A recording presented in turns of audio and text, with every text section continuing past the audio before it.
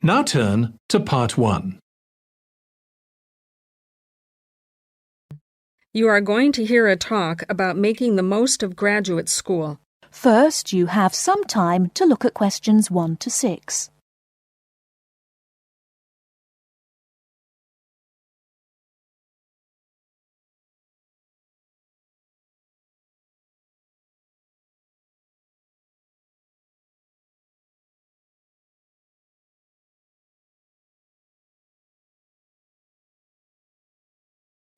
Good afternoon. Welcome to you, new entrants to the graduate school.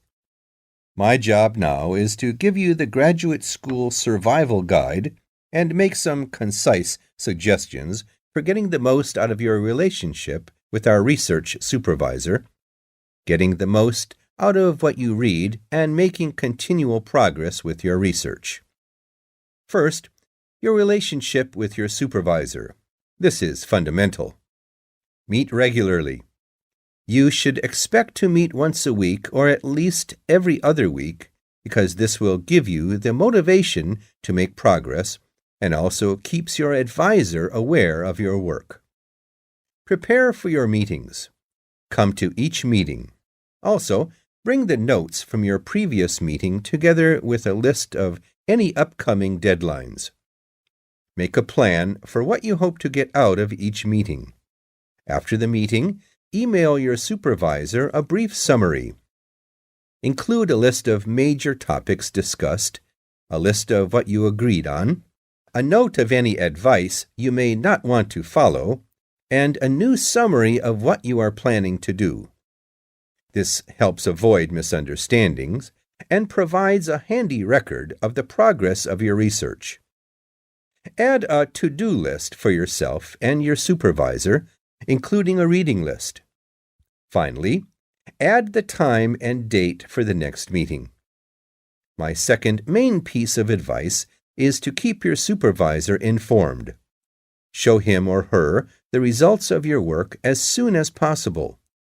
This helps your supervisor understand your research and identify any potential points of conflict early in the process. Include summaries of your work, including any results of experiments, and also anything you write about your research. Thirdly, communicate clearly. If you disagree with your advisor, state your objections and concerns clearly and calmly. If you feel that something about your relationship is not working, discuss it with him or her. Whenever possible, suggest steps that they could take to address your concerns. Under this heading, it is extremely important to take the initiative. You do not need to clear everything you do in your research with your advisor. He or she is busy too. You must be responsible for your own ideas and the progress of your work. Before you hear the rest of the conversation, you have some time to look at questions 7 to 10.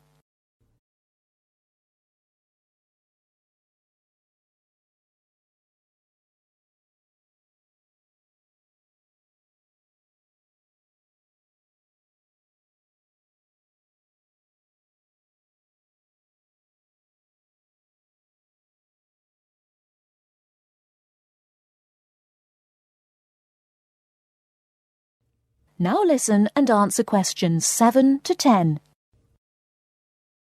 The second section of my talk is about getting the most out of what you read.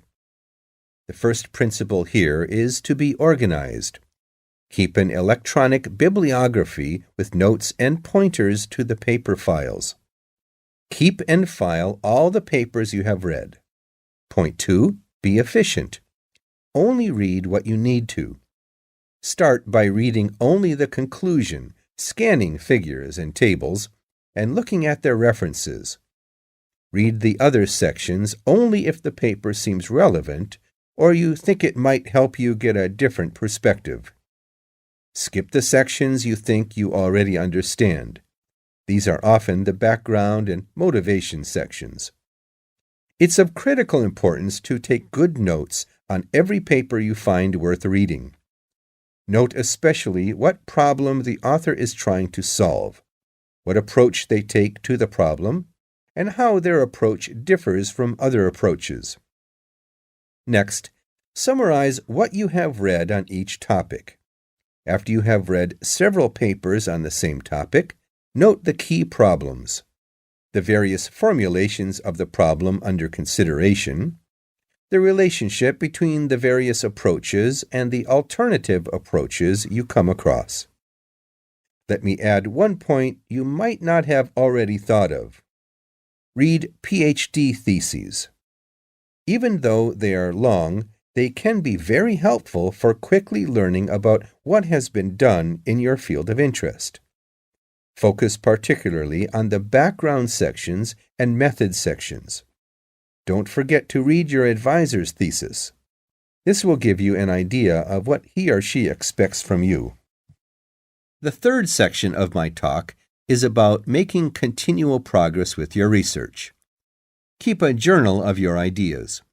Write down every issue you are thinking about, even if you think it is stupid. This will help you keep track of your progress and keep you from going round in circles.